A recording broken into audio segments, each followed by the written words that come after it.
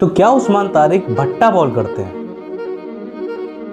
तो ये जानने से पहले हमें यह समझना होगा कि भट्टा बॉलिंग, जिसको हम प्रोफेशनल लैंग्वेज में चकिंग बोलते हैं, वो आखिर में होता क्या है।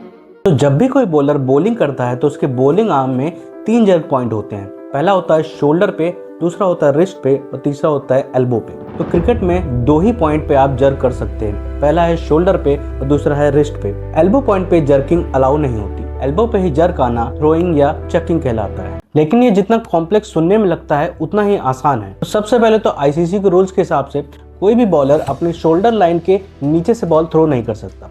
अगर वो नीचे से बॉल थ्रो करता है तो उस बॉल को नो बॉल दे दिया जाएगा। और दूसरी चीज ये कि आईसीसी के रूल्स के हिसाब से कोई भी बॉलर जब भी अपना एक्शन स्टार्ट करता है तो जो उसका एंगल होगा हाथ का अपने शोल्डर के साथ, मान लेते हैं 45 डिग्री का एंगल होता है, तो वो जब बॉल रिलीज कर रहा है यहाँ पर भी एक एंगल बनेगा, तो ये मान लेते हैं ये भी 45 डिग्री का है। आईसीसी का 15 डिग्री रूल ये कहता है कि जो रिलीजिंग पॉइंट है और जो स्टार्टिंग पॉइंट है एक्शन का, उनके एंगल्स को माइनस करके अगर 15 से ज़्यादा आता है तो उस एक्शन को ही चेकिंग कहा जाएगा। ये क्रिकेट में नो बॉल कहलाई जाएगी। और अब बात करते हैं उस्मान तारिक की।